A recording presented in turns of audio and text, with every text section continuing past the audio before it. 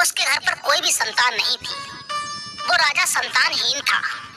तो उस राजा ने देवी माँ के मंदिर में जाकर के देवी माँ से एक मन्नत मांगी है और कहा कि हे माँ, मेरे घर में मेरी पत्नी की उदर से यदि एक पुत्र पैदा हो जाए तो मैं आपका एक बहुत सुंदर इस नगर से बाहर एक मंदिर बनवाऊंगा। बंधुओं, इसी प्रकार से धीरे धीरे देवी माँ की कृपा से उस जैत सिंह नामक राजा के घर में धीरे धीरे एक पुत्र की प्राप्ति होती है।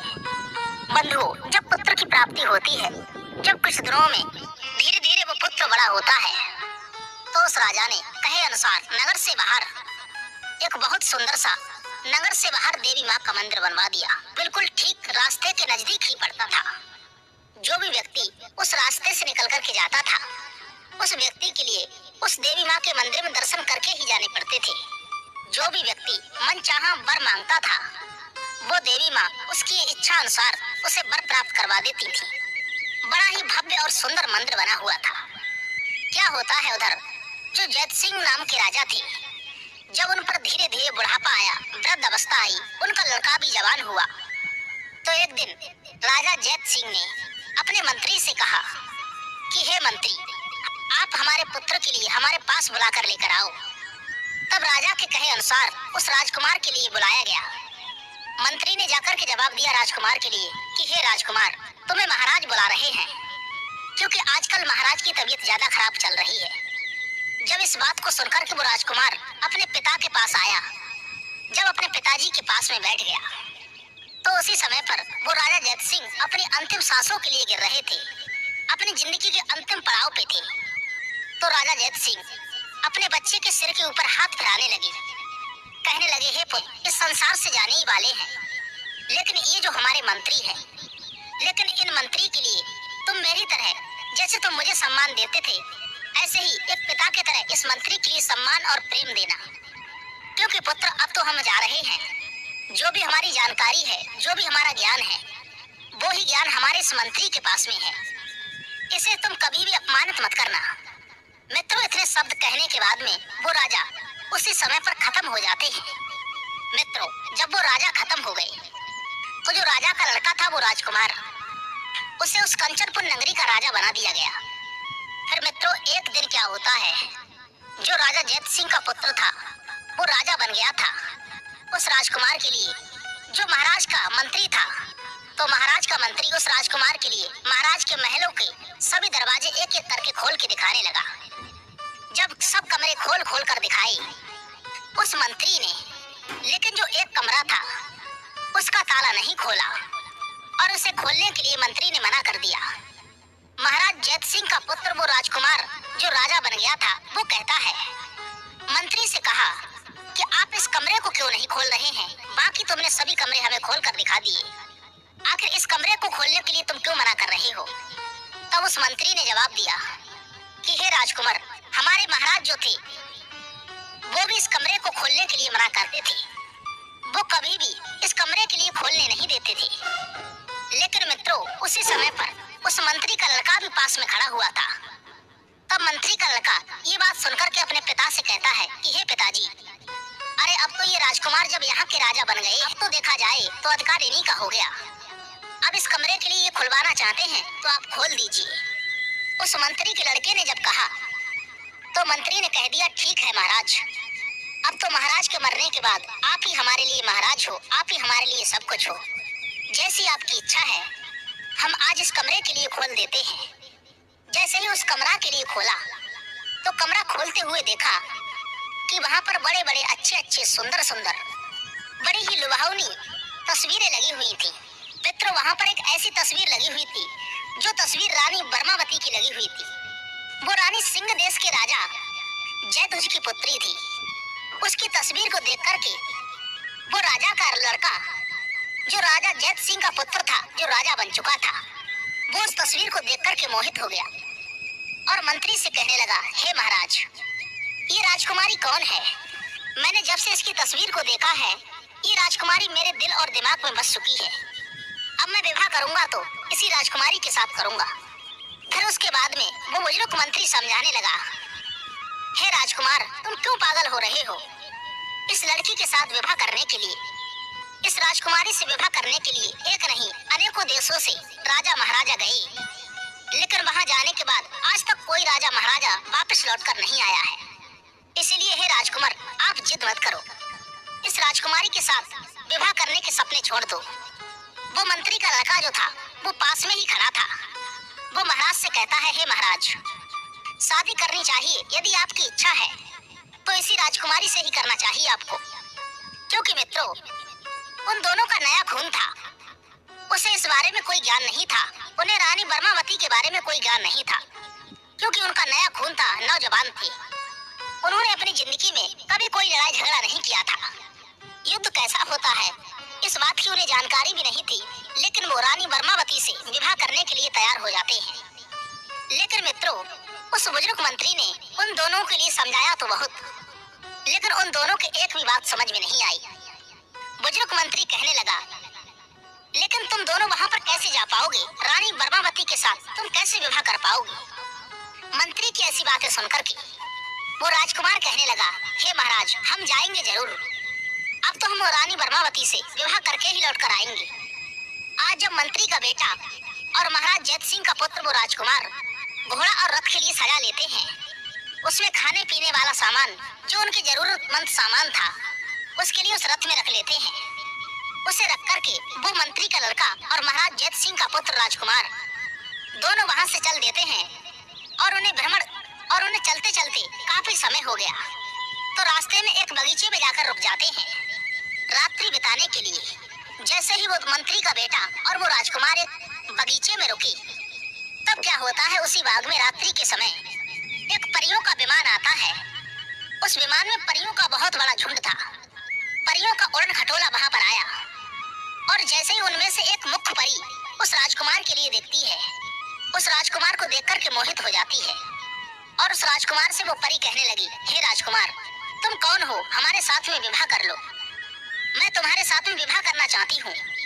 लेकिन उस राजकुमार ने जैसे ही उन परियों के लिए देखा कि हम तो उन परियों के बंधन में फंस चुके हैं, भला करें तो अब हम क्या करें? वो राजकुमार घबराने लगा। घबराते हुए राजकुमार ने कहा, ठीक है, हम तुमसे विवाह तो कर लेंगे, लेकिन हे परी, मैं अभी कुछ काम से जा रहा हूँ। यदि वो मेरा काम पूरी तरीका से बन गया तो मैं तुम्हारे साथ अवश्य ही विवाह कर लूंगा। तब परियों ने जवाब दिया, हे राजकुमार, तुम कहाँ जा रहे हो?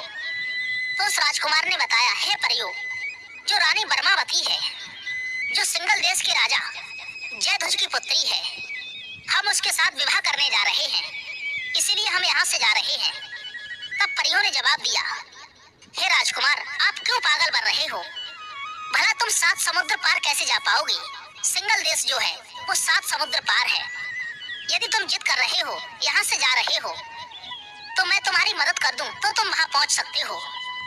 तब राजकुमार कहने लगा, हे परियों, कहिए आप हमारी क्या मदद करोगी?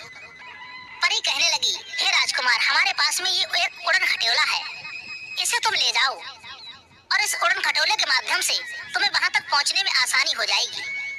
और उसके बाद में उस परी ने एक अंगूठी उतारकर उस राजकुमार के लिए दी।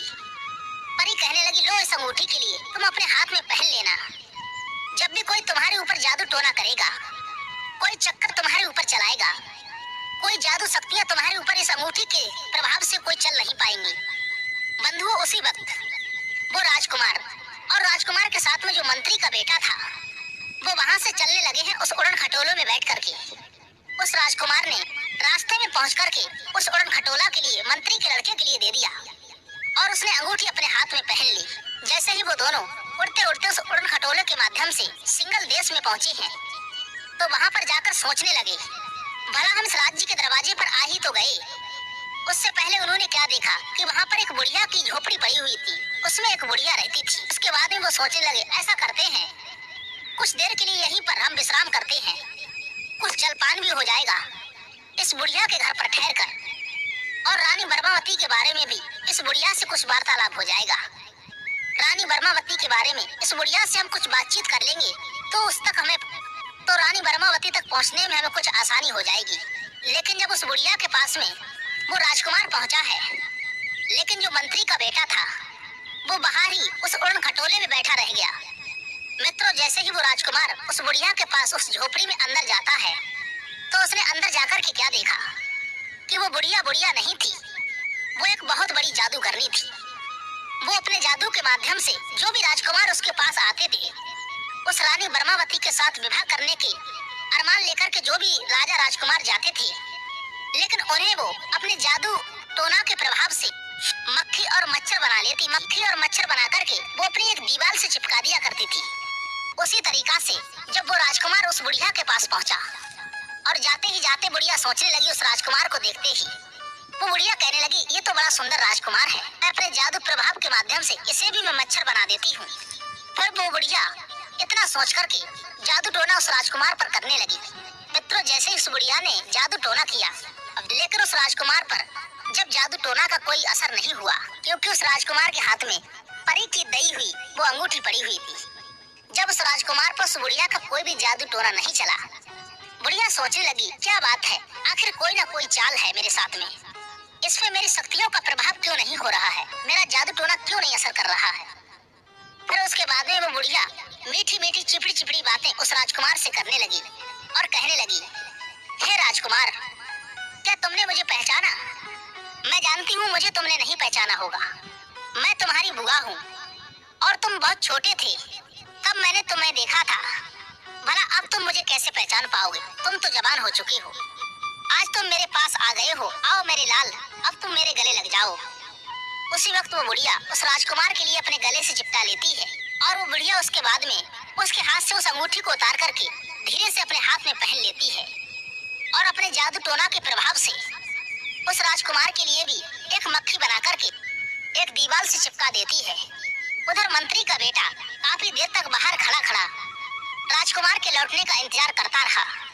जब वो राजकुमार लौट करके उस मंत्री के बेटा के पास नहीं आया, तो मंत्री का बेटा सोचने लगा, राजकुमार अभी तक वापस लौटकर नहीं आया है, इसमें कोई ना कोई चाल जरूर है। जब मंत्री के बेटे ने बुढ़िया के उस झोपड़िया में जाकर के देखा, तो वो राजकुमार वहाँ पर मक्खी बना हुआ उस दीवार से चिपका हुआ था। दरवाजे पे खड़े होकर वो सोचने लगा, इधर वो राजकुमार दीवार से मक्खी बना हुआ चिपटा था, बाहर से खड़े होकर के वो मंत्री का बेटा सोचने लगा, यदि मैं इस बुढ़िया के पास में गया तो राजकुमार की तरह ये मुझे भी मक्खी बनाकर दीवार से चिपका देगी। इससे अच्छा तो ये होगा कि मैं अपने प्राण बचा करके यहाँ से भाग जाऊं। वो मंत्री का बेटा यह सोच करके उस उड़न खटोला को लेकर के वहाँ से लौट करके उस बाग में आया जहाँ पर उनकी परियों से मुलाकात हुई थी। वहाँ पर परियों से फिर मुलाकात हो गई, सारी हकीकत बताई है। राजकुमार के लिए तो एक बुढ़िया ने, एक जादूगरनी ने अपने जादू के प्रभाव से उसे एक मक्खी बना करके एक दीवार से चिपका दिया है। भला राजकुमार के लिए अब कैसे छुटकारा मिले? तब परियों ने जवाब दिया, हाँ, सातों समुद्र के बीच में एक बहुत सुंदर सा बगीचा है, एक विशाल भयंकर वन है। उसी वन में एक चिड़िया रहती है और जो चिड़िया है उस चिड़िया के अंदर उस जादूगरनी के प्राण बसते हैं। यदि तुम चाहो तो उस चिड़िया को जाकर के वहाँ पर मार दो तो वो बुढ़िया मर जाएगी। उसके बाद में तुम अपने मित्र को जाकर बचा लाओगे। तब मंत्री के बेटे ने परियों की बात सुनकर के वही किया। फिर उसके बाद में मंत्री का बेटा जो था वहाँ से उड़न खटोला लेकर के गया और वहाँ पहुँच करके उस चिड़िया के लिए मार देता है। उधर वो चिड़िया खत्म होती है, इधर वो बुढ़िया खत्म होती है। मित्रों, फिर वहाँ पर जाकर उस लड़का ने देखा कि उस बुढ़िया के हाथ में वही अंगूठी है जो राजकुमार पहने हुए था।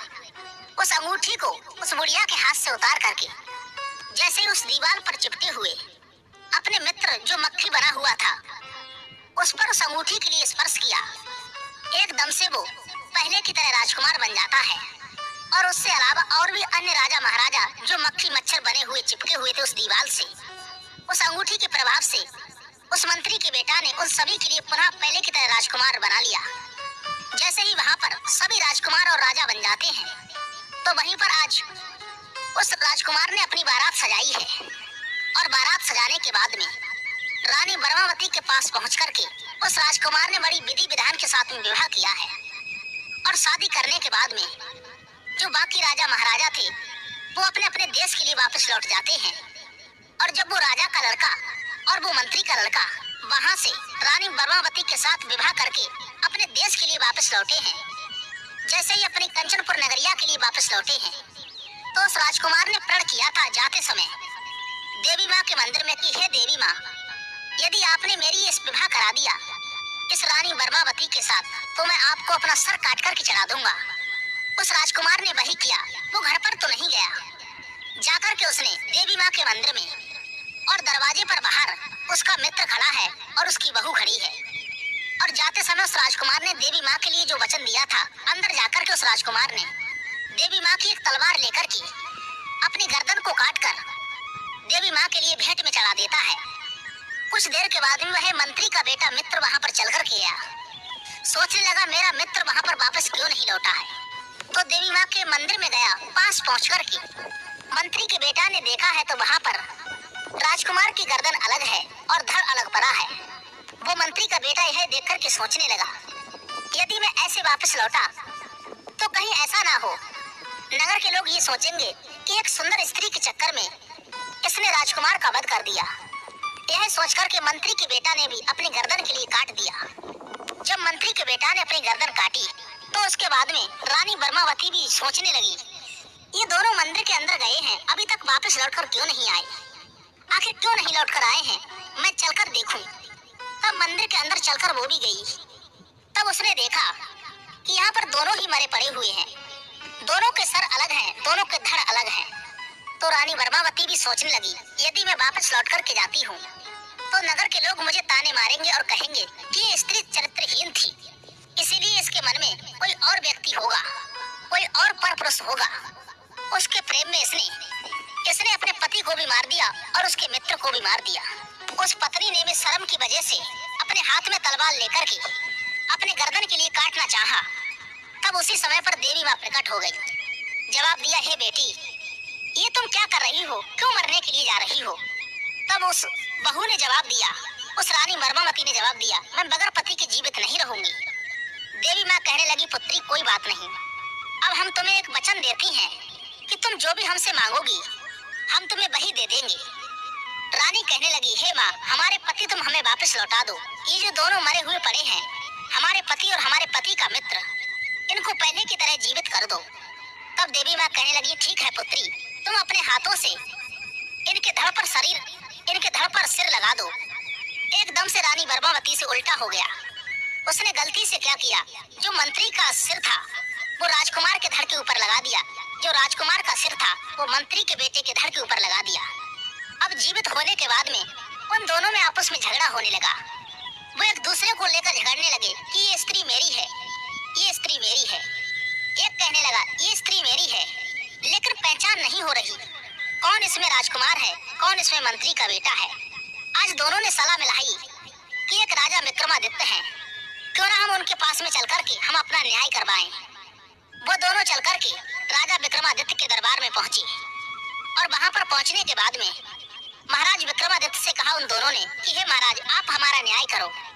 रानी वर्मावती ने बताया कि हमसे उल्टा हो गया है कि हे महाराज, आज मुझसे बहुत बड़ी गलती हो गई है, जो मैंने अपने पति का सर इस मंत्री के बेटे के धड़ के ऊपर लगा दिया और इस मंत्री के बेटे का धड़ अपने पति के सर पर लगा दिया, अपने पति के धड़ पर लगा दिया।